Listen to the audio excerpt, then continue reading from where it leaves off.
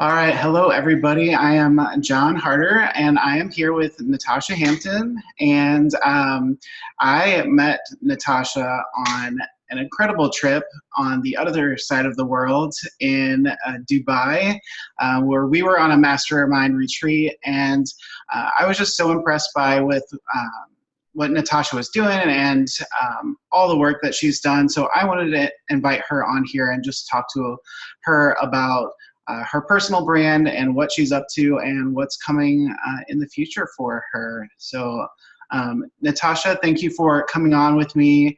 I would love for you to talk to everybody a little bit about what you do and kind of the history of what you do. Oh, well, thank you so much, John, first and foremost, for the opportunity to speak with your listeners and your viewers. I'm humbled by your request and your belief that my story, my leadership story and my leadership journey is one that both your listeners and your viewers can benefit from. So thank you so much. I'm extremely humbled by it.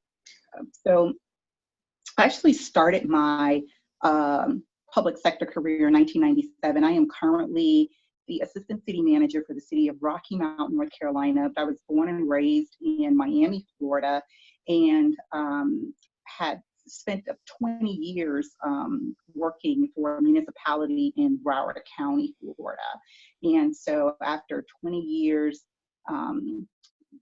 by way of Washington, D.C., I found my way here in Rocky Mount, North Carolina, to really tackle some of the issues here. So I'm really thankful for the opportunity to be here. So I started my public sector career in 1997, and truth be told, I needed a job. Had no idea that public service would be my passion, would become my passion. But just with surrounding myself with really positive people, surrounding myself with very strong women in leadership, and really seeing leadership at work and servant leadership at work, I knew this is what I wanted to do. And so I set out on a journey to study my craft of understanding political environments. So my undergraduate degree is in political science, dual major, political science and public administration, and also the craft of public policy. And so I continued those studies at Nova Southeastern University with a master's degree in public administration. So after I realized that my passion was serving the public and the services that it provides, I knew that I needed to hone in on my skill and my craft and educate myself on what it would take to become a executive leader in municipal government. Nice. So, I mean, you've been doing this for, you said 97 was when you started? 97. So that's about what, 22 years? Yeah. Yeah, I know. And I only turned 23 yesterday. I mean, you've been doing this your whole life. Yeah, pretty much. Well, that's amazing. I would love to talk to you a little bit. So we talked a little on offline about some of the other ventures that you're doing as well. Talk to us a little bit about high heel leadership. Yeah, so as I continued my journey through municipal government and leadership in government, and having the opportunity to speak internationally about governance, urban governance, and as a thought leader in this business, is just taking me to some extraordinary places to meet a lot of people and really talk about 21st century governance and why that's important, particularly with the many social issues that we face today that we did not face previously. For example, the legalization of marijuana, same-sex marriages, and how that plays into providing benefits for families in municipal government. So a lot of those things that governments did not have to address are now addressing 21st century social issues. So with that, sometime in 2018, I had a phone call from a publisher who said, hey, I think you have a story to tell, and I'd like to help you tell the story. And I said, tell the story about what? And she said, you've done a lot of things in the community. You've done really amazing things in your career. And I said to her, very distinctly, I don't think I have anything to write about because I don't specialize in any one area. My philosophy has always been never box yourself in, be courageous to branch out and try different things. And I've been able to do that in my career. So I didn't think I had anything to write about. So she said, let's just start recording and let's see what happens. And what came out of this was what I consider a masterpiece, High Heel Leadership and the Art of Being a Woman in Power. And what this book represents, it's actually a playbook to outline how women can attain leadership and how we stay there. But more importantly, to not be afraid of the very thing that makes us unique, that makes us capable, that makes us empathetic, which is what leadership needs and what leadership is about. Those things are directly attributed to being a woman. And very often, as women, we come into the workplace and think that we have to compete against our male counterpart by behaving, acting, sounding just like men. And we don't. We have very unique attributes, as men have very unique attributes. And we should be willing to and unapologetically play on those attributes. And so that's what this book is. It talks about things that we rarely talk about. I don't try to define leadership in this book because there's so many books on leadership and what that is.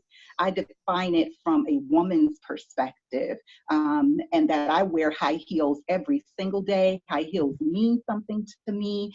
Every pair that I own, it's like my heel is a platform for the shoulders of the women that came before me.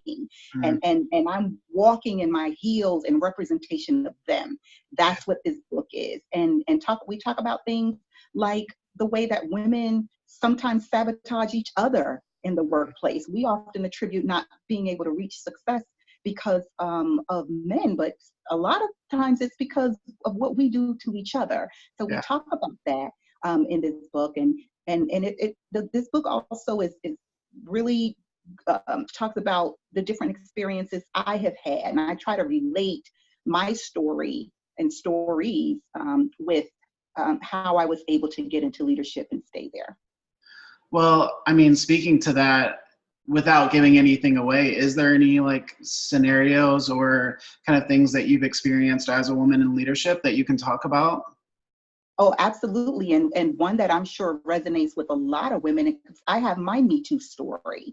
My Me Too experience was with a gentleman that it was very early in my career, starting out. And I actually really looked up to this gentleman because he was very astute in his way of thinking. And he was what I consider a very forward-thinking manager. And actually, it wasn't uncommon for staff at this agency to work late hours, to go well into the evening working. That was not uncommon. So there was one evening when he was like, let's go have dinner and we can talk about this project that's coming up. And so I thought no big deal about that. Right. Until we pulled up to valet service at a very high-end restaurant on South Beach. And in that moment, I said, oh my goodness, I'm in trouble, because it just didn't seem or feel like this was going to be a regular dinner meeting. Right. And from that, he ended up coming to my house unannounced, delivering flowers every week. I had a new set of flowers, and offering large sums of money that I didn't take.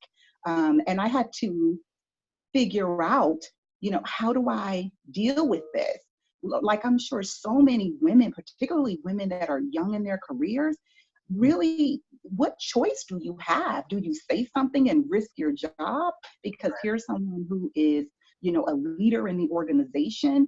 Do you say something and risk that, or do you play along in hopes that you can go as far as you want it to go, while still climbing the leadership ladder in your organization? So I was faced with those tough questions and situations very early in my career, and I talk about that in this book.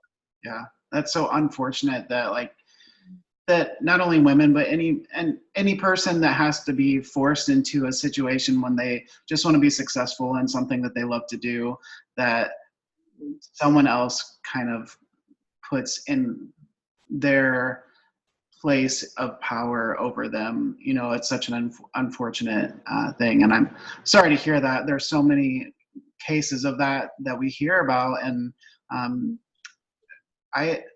in my opinion, I would say that probably bringing those stories to light are going to help, maybe, hopefully, that happen less and less. Would you say that? Or how do you think, and for you, women specifically, how are they going to overcome that in the future? Yeah, I certainly think by more women telling their stories, finding their voice in telling their stories, is one of the ways to eradicate workplace sexual harassment. Another way is by ensuring that there truly are standards and policies in place that protect women and men that come forward and tell their story of workplace harassment and sexual harassment. And also the understanding of more of our male leaders. Men continue to dominate in the boardrooms and in position. While women have made tremendous advancements, men still dominate that space. And so it's important that men understand and support women who come forward with their stories of harassment. Yeah, it's so interesting. I was just listening to a podcast yesterday, and I think one of the things that the woman that was speaking was talking about was just not only educating men that may be doing these things, but also educating the men that doesn't cross their mind, because sometimes because that doesn't cross their mind, they don't think to speak up because they think, well, I would never do that. Why would I, need to say anything? But, if in an instance they catch it, or if they see it, happening, calling it out immediately so they can stop that, I think is important in those situations as well. Absolutely. Absolutely. I think that so many women don't come forward because they don't feel that they would have the support of their agency, their organization, or the men in the organization, that the men would actually take sides. And I believe that there are more men who support women who come forward than they're getting credit and recognition for. Yeah. And I also want to say with regard to that studies show that women of color are more affected by sexual harassment in the workplace than our counterparts, and particularly women of color in entry-level positions. And so we need everyone, regardless of sex, race, ethnicity, and cultural background, to support men and women who come forward with sexual harassment, and not just support them, but to remove those when found to have violated someone's rights and someone's privacy and someone's ability to advance in the workplace. They should be punished swiftly through removal from that organization. For sure. So yeah, so we talked a little bit about kind of that position of, really those people are victims, I believe. So what, on the other side of that, I'm sure, like, when you think of leadership, we think of the opposite side of that coin. What does that look like? What can what is a proactive, for you, speaking specifically to women, a woman in leadership, what does that look like to you? Is your question asking in terms of being proactive about prevention? Prevention, and just, as I'm sure that's always in the back of your mind, but I feel like there's always, you probably don't, you would hope that that's not the constant thought, that you can think, more about, okay, what's the job at hand? What are my responsibilities? What does being a woman in leadership look like? When that is not the topic, that hopefully we can move further away from that. So, Sure. What does that in a positive sense look like, that being a woman in leadership? Yeah. One of the things or sayings that I say to my teams is, I say, think it, and so it shall be. Whatever you think, it will be that. And so while I recognize that there are still barriers that exist, like sexual harassment and workplace harassment in the workplace that women have to overcome, it's certainly not something that we should walk into situations thinking about. Your talent will always prevail, always. And the other thing about this book is, a lot of times when women are so insistent on not being beautiful in the workplace, not being feminine, wanting to only be seen for talent, I think it's a disservice to that woman, and it's a disservice to that organization. We need to, again, embrace our uniqueness and our beauty and everything that makes us women, and thrive in that. And so it's why I say, think it, and so it shall be. So I think leadership, whatever comes my way as a result of that, even if it is sexual harassment, is just, I say, okay, I'm going to have to deal with it. This is one of the barriers of many that are more that likely to happen through my leadership journey, but it certainly does not define me as a leader. My talent defines me. Everything else just molds and cultivates me in that leadership journey. Yeah, I mean, it sounds a lot like what you're talking about is mindset, just like where, what thoughts are you holding in your mind? Because, I think we're becoming more educated on how powerful that is. Are there any practices that you have around, mindset as a practice? Absolutely.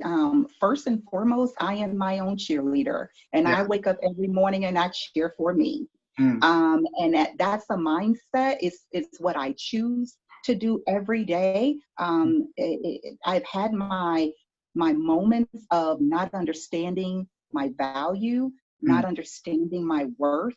And so I've come into the fullness of that understanding. So I cheer for me first and foremost every day. That's one. Secondly, I have a tribe. One of the chapters in my book is called Finding Your Tribe. And my tribe is, they're my team, my cheerleader team. So, and they consist of women from all backgrounds, socioeconomic backgrounds, and they are who I bounce things off of, and they too are my cheerleaders and advocates. So that's certainly something that I would encourage everyone to build, is their tribe.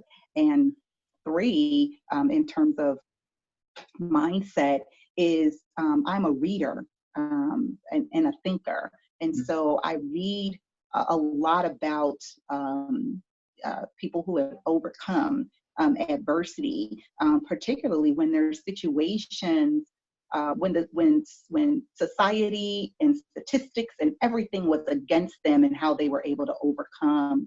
And so that's one of the other ways that I get my mind right, and making sure that, I'm mentally prepared to take on the day, because physically, as you can see, I got it going on.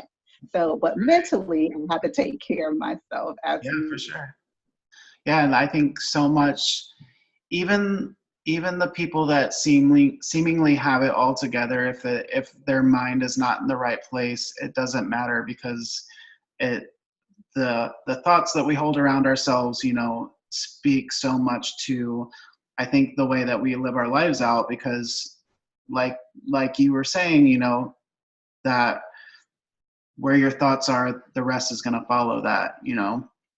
Absolutely. And if I could say, as you mentioned earlier when we started this podcast, that when we met, and we met in Dubai, Mm, and the people that were around the room, sitting there, it was so powerful, because the things that if you came into that environment, uncertain, not knowing which direction that you were going to go in, or not really fully understanding the talent that you have inside of you, mm, you knew by the time that was over. You yeah. knew it, and you were encouraged to cultivate it and build upon it. And so that's what I mean about finding your tribe. Mm, It's like these people that can pull from you what you just can't seem to pull from yourself. And that's so important to have. Otherwise, we will just live with what's comfortable, as mm. opposed to being bold and courageous enough to pull out of us what we have even yet to realize. So I think that that's really, really important.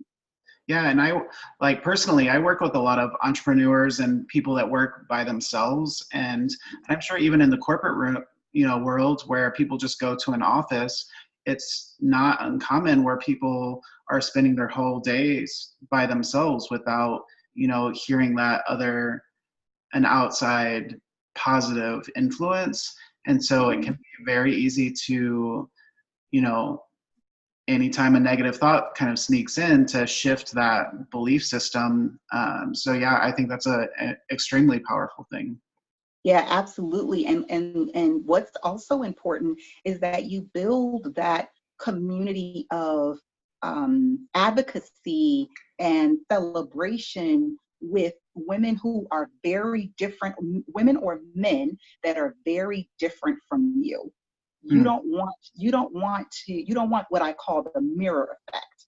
right, You don't want to talk to someone and they sound, think, and act like you, so right. that the only thing you're hearing is yourself speaking, and that's not productive Yep. all the time. So you certainly want to surround yourself and build your community of people with very diverse backgrounds, different from yours, but the thing that should be of like mind is, a desire to lead and a desire to build and grow and expand and progress. For sure, for sure. Yeah. So what, I mean, you've spoken to so much. What kind of lessons do you think that you've learned in your time? I mean, we talked obviously about mindset and speaking up for ourselves. Are there any other kind of lessons that you've learned in your career in the past 20 years? Yeah, that there is strength in weakness, Mm, and there is strength in vulnerability. mm-hmm, And I think that if I had earlier realized that, and reached my hand out, mm, um, and asked for help more, mm, that the journey may not have been so tough. yeah, The journey was tough, and I think that we think by asking for help, or reaching out, or just saying to someone, "Can you just talk me off the ledge?" um, is something that reflects negatively on us, and it just doesn't. That really is the sign of strength, and true leadership is when you can say, I'm human, and I don't know everything, right. and I need someone to help me. Yeah, And I think if I had realized that sooner in my journey of all of the experiences that I went through, I think it would have been a smoother ride. yeah. Asking for help for sure Yeah, is yeah. huge.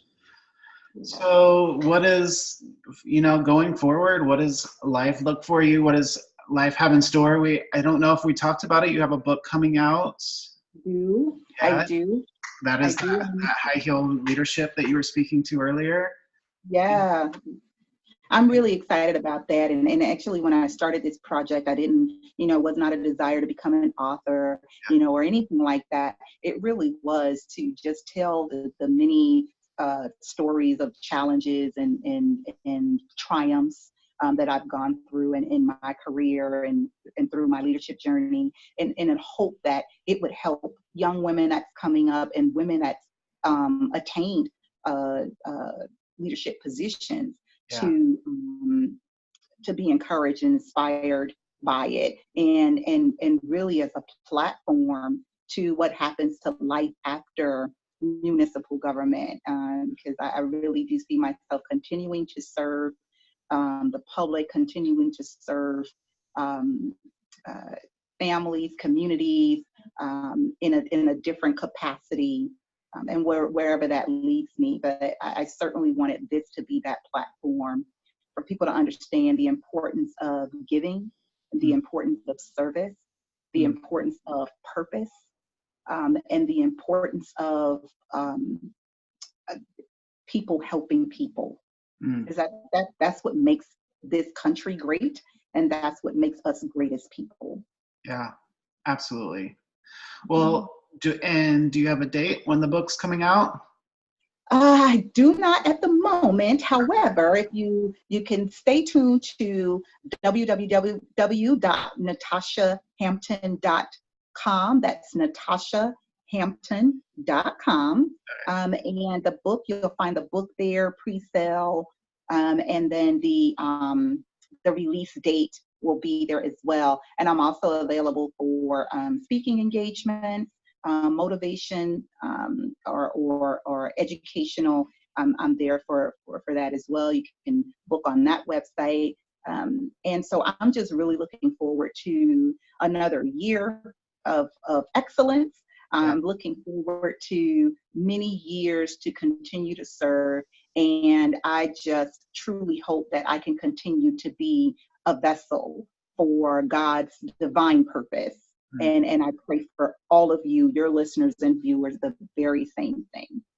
Well, I appreciate that, and I know that you are doing amazing things because I have met you in person, and so I've seen and heard of all the things that you're doing, and I think what you're doing is really powerful. So I'm excited for you and excited for this book to come out, and I hope everybody that hears this goes and pre-orders that and follows you and everything that you're doing.